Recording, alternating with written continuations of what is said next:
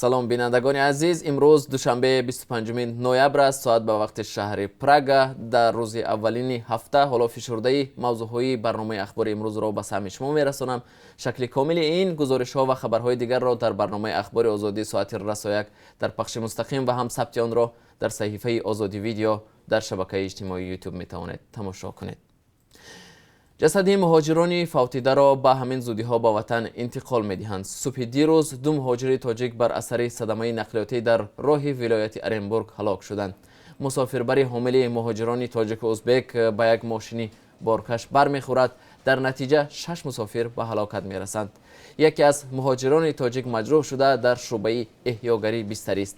در برنامه خبری عاید این حادثه تفصیلات بیشتر به شما خواهیم داد. ضمناً ماه اوگوست امسال هم در صدمه نقلیاتی در شهر ریزانی روسیه 4 مهاجر تاجیک به هلاکت رسیده بودند. این صدمه در راه به تاجیکستان رخ داده بود. دادستانی برای کارمندان میلیسه شهر دوشنبه مهلت‌های طولانی زندان را طلب کرد. 4 کارمند پیشینی میلیسه شهر دوشنبه در شکنجه بازداشت شده‌ها متهم می‌شوند. اتهامی که خود آنها در دادگاه رد کردند. محاکمه فرهاد نورخانوف، عوض سبزایف، امید وهابوف و امرانیدین اهلیدین چند ماه باز در دادگاه شهر دوشنبه ادامه دارد. این کارمندان حفظ حقوق نیم سال پیش در پی شکایت حمزه صالحوف، یک ساکن دوشنبه، بازداشت شدند. جزئیات را بعد 3 ساعت دیگر در اختیار شما میگذاریم. ناگفته نماند که به دنبال انتقاد زیاد از رفتار ماموران امنیتی و میلیسه در تاجیکستان، ماه گذشته وکیلان مجلس نمایندگان جزا برای بدرفتاری و شکنجه به متهمان به جنایت را سخت‌تر کردند. لیمیت نیست، برق نیست. با آغاز سردی ها در تاجیکستان الکی اولین شکایت های ساکنان مناطق مختلف کشور از کمبود نیروی برق به گوش می رسد. از جمله کاربران شبکه آزادی ویدیو از نداشتن برق در باختر و شهرنو خبر داده ویدیو نیز فرستادند. آیا لیمیت جاری شده است و یا نه؟ همکاران ما تلاش میکنند تا شروع برنامه خبری از مسئولان شرکت برق تاجیک به این سوال پاسخ بگیرند.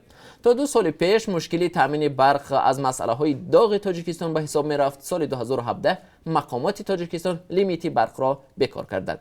بعد به کار درآمدن دوچرخه نیروگاه برقی راهون، امیدی ساکنان به دریافت برق بیشتر و منظم زیاد شده بود، ولی حالا با پیش آمدن این مشکل شبهه ها را به وجود آورده است. بعضی از تحلیلگران میگویند که محدودیت برق ظاهراً به کم شدن آب در آبانبار نیروگاه نارک، یکی از منبع‌های اساسی استحصال برق در تاجیکستان ربط دارد، چیزی که هر دفعه مقامات تاجیکستان آن را پنهان می‌دارند و یا دیرتر اعلان می‌کنند.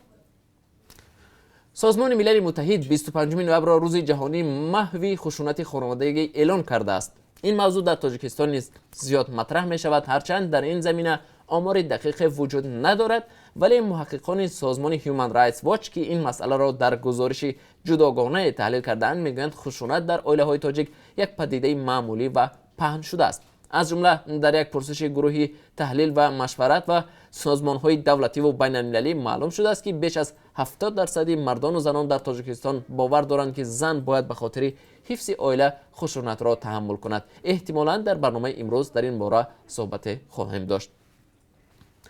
وقتی که پایها دستان را عوض میکنند، در برنامه امروز از روزگار یک زن برای شما قصه خواهیم کرد که معیوب به دنیا آمده و همه کار روزگار را با پایهایش انجام میدهد. او از زندگیش راضی به نظر می رسد و زندگیش را با زحمت حلال پیش می برد. در برنامه خبری ما را همراهی کنید تا از دیدن این گزارش جالب بی بهره نمانید. بیننده ارجمند، ما هر لحظه خبر و حادثه های تاجیکستان و جهان را پیگیری میکنیم. در برنامه اخبار شما را با آخرین تحولات تاجیکستان و جهان آشنا میسازیم.